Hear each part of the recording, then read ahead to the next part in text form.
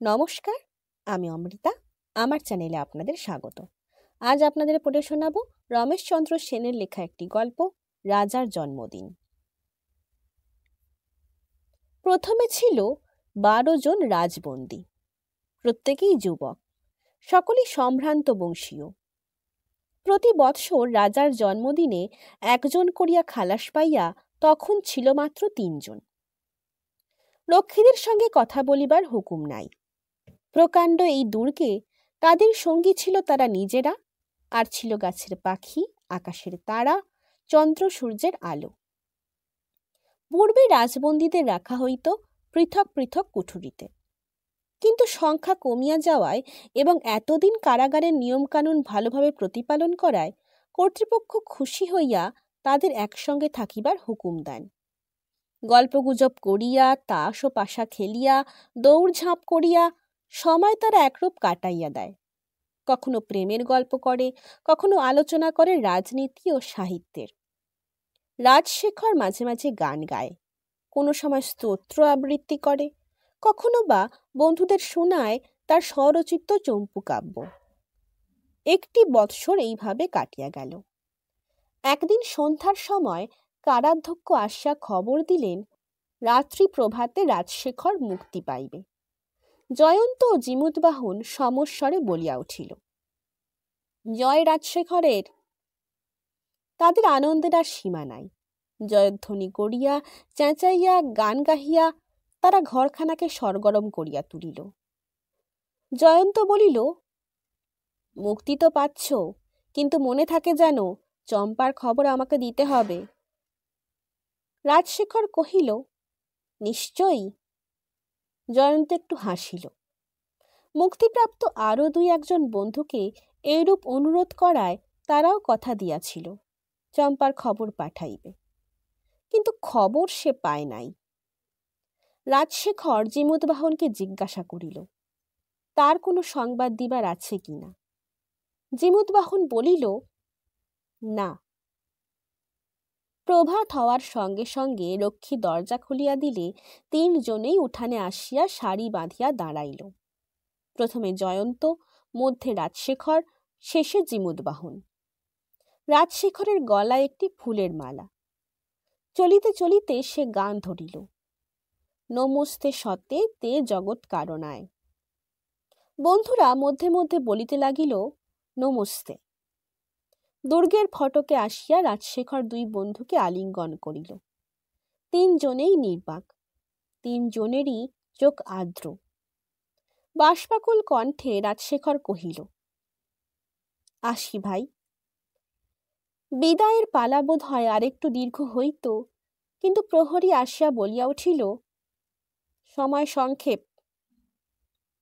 প্রহরীরা রাজশেখর ও তার বন্ধুদের মধ্যে লৌহ কপাটের জবনিকা টানিয়া দিলে জিমুতবাহন ও জয়ন্ত পরস্পরের দিকে চাইল। সে দৃষ্টিতে ছিল গভীর হতাশা এবং একের প্রতি অপরের একান্ত নির্ভরতা। সেদিন আর তাদের বিশেষ কোনো কথাবার্তা হইল না। এতদিন তবু ছিল 3 জন। জীবন আজ আরো সংকীর্ণ হইয়া গেল। 2টি প্রাণী থাকে পরস্পরের ছায়ার মতো। গোপন তাদের কিছুই নাই। চিন্তায়, কর্মে, সকল বিষয়ই একটা খোলাখুলি ভাব। সকালে ঘুম ভাঙিলে মাঠে দৌড়য়, দুপুরে সাঁতার কাটে, খাওয়ার পর তাস খেলে, কখনো বা নিদ্রা যায়। জিমুতবাহন চাপা ধরনের লোক। এতদিন নিজের প্রেমের ইতিহাস সে গোপন করিয়াই আসিয়াছে। এবার একদিন জয়ন্তের কাছে সে ধরা দিল। বন্ধুকে বলিল তার প্রেমের গল্প, জীবনের প্রথম ও শেষ প্রেম। ঘটনাটি এইরূপ। জিমুতবাহনের প্রেমাস্পদ ছিল তারই কোনো এক বন্ধুর আত্মীয়া। পাছে বন্ধুর প্রাণে আঘাত লাগে, পাছে তার উপর বিশ্বাসঘাতকতা করা হয়। সেই জন্য প্রেমের প্রতিদান পাইয়াও সে পিছাইয়া আসিল। সেই হইতে নারী সম্বন্ধে কোনো ঔৎসুক্য কি কৌতূহল তার নাই। ব্যথা সে পাইল খুবই, কিন্তু উপায় ছিল না। একদিকে বন্ধুত্বের মর্যাদা, আর একদিকে প্রেম। জিমুত বাহনের ওপর জয়ন্তের অনুরাগ সেই হইতেই যেন আরো বাড়িয়া গেল।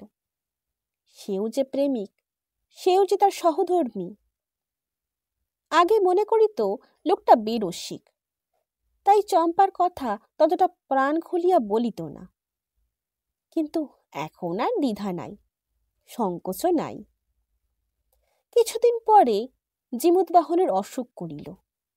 জ্বর, বমি, মাথায় যন্ত্রণা।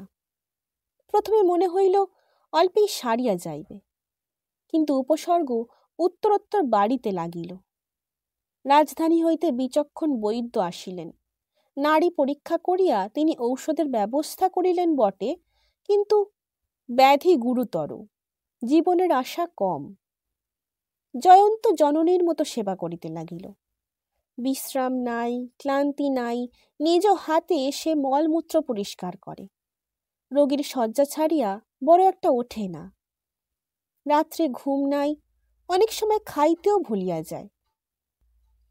তার অনলস এই সেবা দেখিয়া কারারক্ষীরাও মুগ্ধ হয়, পরস্পর বলা বলি করে, এই দৃশ্য অপূর্ব। বৈদ্য তার এইরূপ সেবার জন্য ভীত হইয়া পড়িলেন। বলিলেন, এরূপ ভাবে চললে তোমারও অসুখ করবে। কিন্তু জয়ন্ত ভ্রুক্ষেপ করে না। সেবার নেশা তখন তাকে পাইয়া বসিয়াছে। তার শুধু চেষ্টা কি সে জিমুত বাহন একটু আরাম পায়। বন্ধু শুশ্রূষা গুণে 2 মাস ভুগিয়া জিমুত বাহন নিরোগ হইয়া উঠিল, পথ্য পাইল। জয়ন্তের আনন্দ আর ধরে না। সে যেন একটা অকুল পাথারে পড়িয়াছিল, এবার তার কুল মিলিয়াছে। জিমুত বাহন কহিল, আর জন্মে তুমি আমার ভাই ছিলে। জয়ন্ত হাসিয়া উত্তর করিল, এ জন্মেই বা কম কিসে। এইরূপ সৌহার্দ্যের আনন্দে তাদের দিন কাটিয়া যায়। তারা ভুলিয়া থাকে অনেক দুঃখ কষ্ট। জিমুত বাহন বলে, এই বন্ধুত্ব আমাদের কারাক্লেশের শ্রেষ্ঠ পুরস্কার। মাঝে মাঝে হয় মুক্তির কথা। সেই প্রসঙ্গ উঠিলে একজন অপরের মুক্তি কামনা করে। জিমুত বাহন বলে, একজন নারী তোমার জন্য অপেক্ষা করছে, অতএব মুক্তি পাওয়া উচিত তোমার। এতদিন যখন করেছে, আরো 1 বছর না হয় করুক। তোমার মুক্তির বিনিময়ে আমি খালাস হতে চাই না। জিমুত বাহন বলে, প্রেমিকের জীবনের 1 বছরের মূল্য তো বড় কম নয়। সময় কাটাইবার আরো 5টা উপাদানের মধ্যে একটা উপায় তারা অবলম্বন করিল, নিজেদের ভাগ্য পরীক্ষা। রাজার জন্মদিনে মুক্তি মিলিবে কার? পরীক্ষা করে তাম্র কি রৌপ্য মুদ্রা ঘুরাইয়া, পাশার ঘুঁটি চালিয়া এবং আরো অনেক কিছুর সাহায্যে। ভাগ্যলক্ষ্মী কখনো প্রসন্ন হন একজনের উপর, কখনো অপরের প্রতি। যার নাম ওঠে সে অপরকে বলে, না ভাই, আমি চাই এবছর তুমি খালাস হও। মুক্তির দিন ঘনাইয়া আসে, মাত্র মাস 2 বাকি। একদিন জয়ন্ত শৌচাগার হইতে ফিরিতেছিল। তার কানে গেল 2টি প্রহরীর কথোপকথন। একজন বলিল, এবার বন্দি তো খালাস পাবে একজন, আর একজন থাকবে কি করে? কেন? একা থাকা যে ভারী কষ্টের। এখানেই বছর 15 আগে একটি বন্দি নিঃসঙ্গ কারাবাসের কষ্ট সহ্য করতে না পেরে আত্মহত্যা করেছিল, ওই ওদেরই ঘরে। জয়ন্ত চলিয়া আসিল, কিন্তু এই কথা কয়টা তার হৃদয়ে পাথরের দাগের মতো গাঁথিয়া রহিল। সে অনেক চেষ্টা করিল এই দুর্ভাবনাটাকে ঝাড়িয়া ফেলিবার, কিন্তু যখনই একা থাকে তখনই মনে পড়ে প্রহরীদের সেই কথাবার্তা। ব্যাপারটাকে সে এভাবে কখনো ভাবিয়া দেখে নাই। অবশ্যম্ভাবী নিঃসঙ্গ কারাজীবনের বিভীষিকার কথা মনে হয় নাই দুজনের কাহারও। জয়ন্তের মনে পড়িল তাদের গ্রামের এক ভূস্বামীর কথা। নির্জন কারাবাসের ফলে 6 মাসের মধ্যে তার মাথা এত দূর খারাপ হইয়া যায় যে নিজের পুত্র কন্যাকেও সে চিনিতে পারে নাই। জয়ন্ত মানুষটাকে দেখিয়াছিল, আজন্ম মস্তিষ্কহীনের চেয়েও কৃপার পাত্র। অথচ এই মানুষই বিদ্যায়, বুদ্ধিমত্তায়, ধন দৌলতে, প্রভাব প্রতিপত্তিতে একদিন সমাজের শিরোমণি ছিল। জয়ন্তের ভয় হয়, তারও তো এইরূপ হইতে পারে। মাঝে মাঝে একলা বসিয়া কি যেন ভাবে। যেমুদবাহন ব্যাপারটা লক্ষ্য করিল। সে বলিল, কি হয়েছে তোমার? জয়ন্ত সব কথা খুলিয়া বলিল। যেমুদবাহন উত্তর করিল, আচ্ছা, দুজনের কারোর যদি মুক্তি না মেলে? জয়ন্ত উৎসাহের সঙ্গে বলিল, সে খুব ভালো কথা, তবুও একসঙ্গে থাকতে পারবো। কিন্তু ভীতি তার কাটে না। সে ভাবে, জিনিসটা কি সম্ভব? উভয়েরই মুক্তি অথবা উভয়েরই আর 1 বৎসর একত্র কারাবাস যেন কল্পনারও অতীত।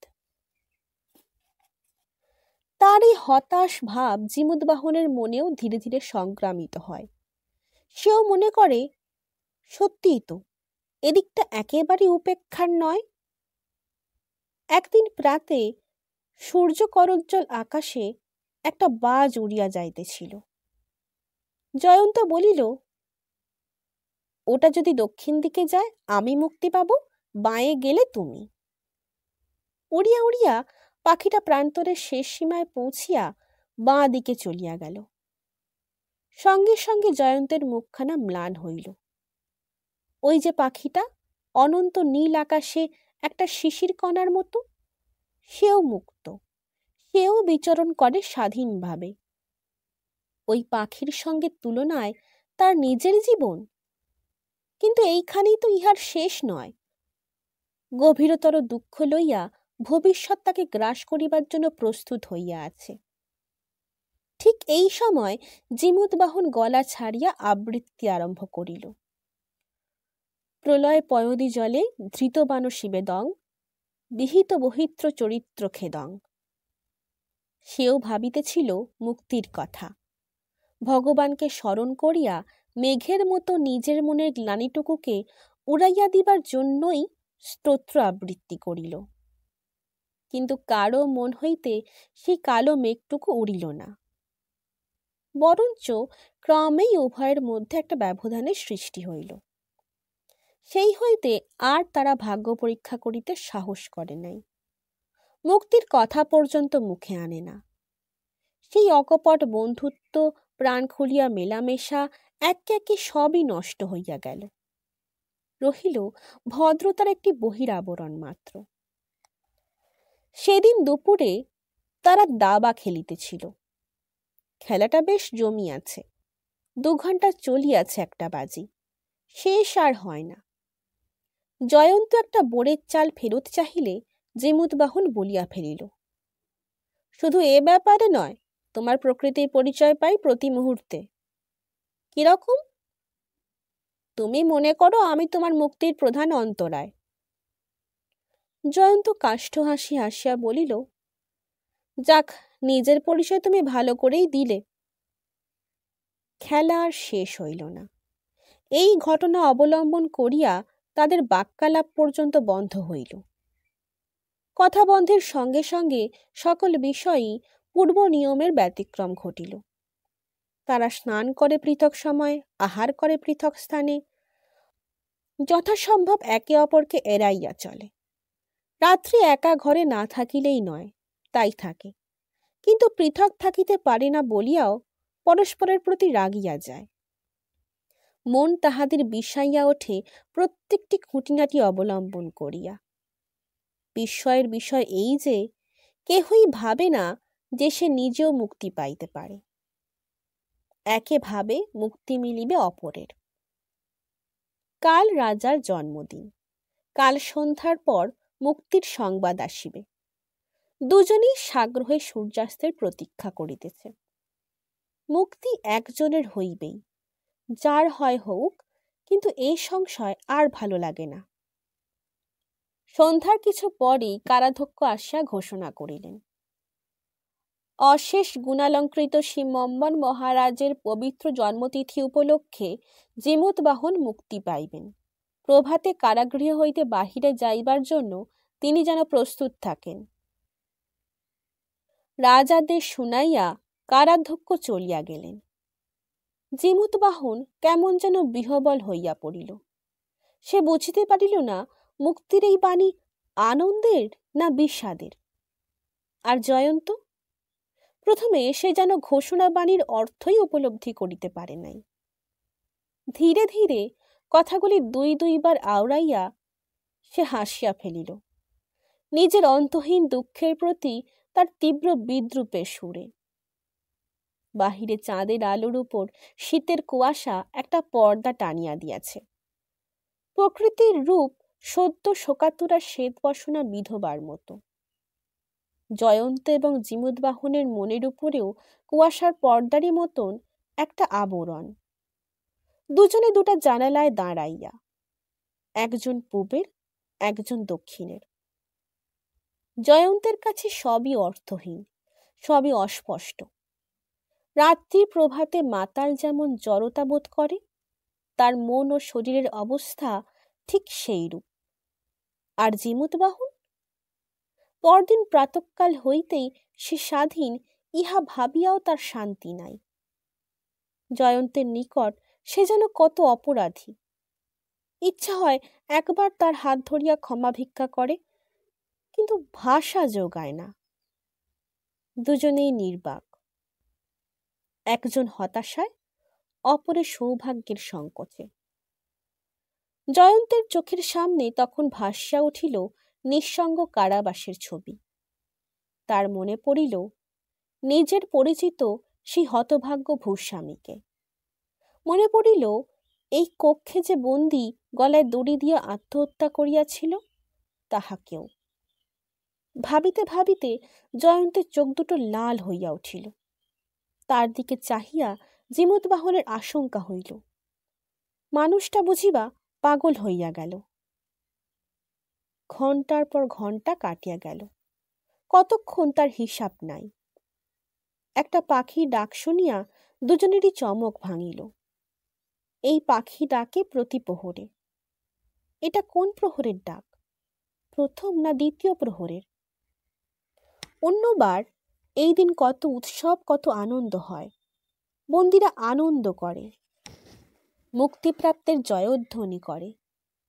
জিমুতবাহন একটা তোরঙ্গের ওপর বসিয়া ভাবিতেছিল, বাহিরে যাইয়া জয়ন্তের মুক্তির জন্য কি কি পন্থা অবলম্বন করিবে, কাহাকে ধরিবে, কোন প্রতিপত্তিশালীর অভিজাতের মারফত রাজার নিকট আবেদন করিবে। ভাবিতে ভাবিতে রাত্রি তৃতীয় প্রহরের পাখির ডাকের পর সে ঘুমাইয়া পড়িল। জয়ন্ত তখনও ঘরের মধ্যে পদচারণা করিতেছিল। মাথা একটু নাড়িতে নাড়িতে আপন মনে কি বকে, একবার ঘরের এদিক হইতে ওদিকে যায়, আবার ফেরে। কখনো হাত তার মুষ্টিবদ্ধ হইয়া আসে, কখনো বা ওষ্ঠপ্রান্তে ফুটিয়া ওঠে একটু হাসি। হাঁটিতে হাঁটিতে জয়ন্ত একবার জিমুতবাহনের দিকে চায়, কি যেন ভাবিয়া দেয়ালের ওপর ঘুষি মারে, হাত ক্ষত বিক্ষত হয়। রাজার জন্মদিন। জয়ন্ত দরজার কাছে একটা চারপায়ের ওপর বসিয়া আছে। পরনে জিমুতবাহনের পোশাক, মাথায় তারই উষ্ণিস। দরজা খোলা মাত্রই সে বাহির হইয়া যাইবে। যদি কেহ বাধা দেয় তবে রক্ত গঙ্গা বহাইবে। কিন্তু এ কি, অন্যবার ভোরের সঙ্গে সঙ্গে প্রহরীরা দরজা খুলিয়া দেয়, এবার এত বিলম্ব কেন? ঘর যে আলোয় ভরিয়া গেল, এ আলো তো তার সহ্য হয় না। এক দৃষ্টে সে চাহিয়া রহিল দরজার দিকে। দূরে পদশব্দ শোনা গেল, একজন দুজন বহু লোকের পদশব্দ। শব্দ ক্রমে স্পষ্টতর হইল, একেবারে দরজার বাহিরে।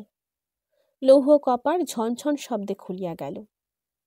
প্রথমে রাজার জন্মোৎসবের উপযুক্ত উজ্জ্বল পরিচ্ছদে ভূষিত কারাধ্যক্ষ, পিছনে প্রহরীর দল।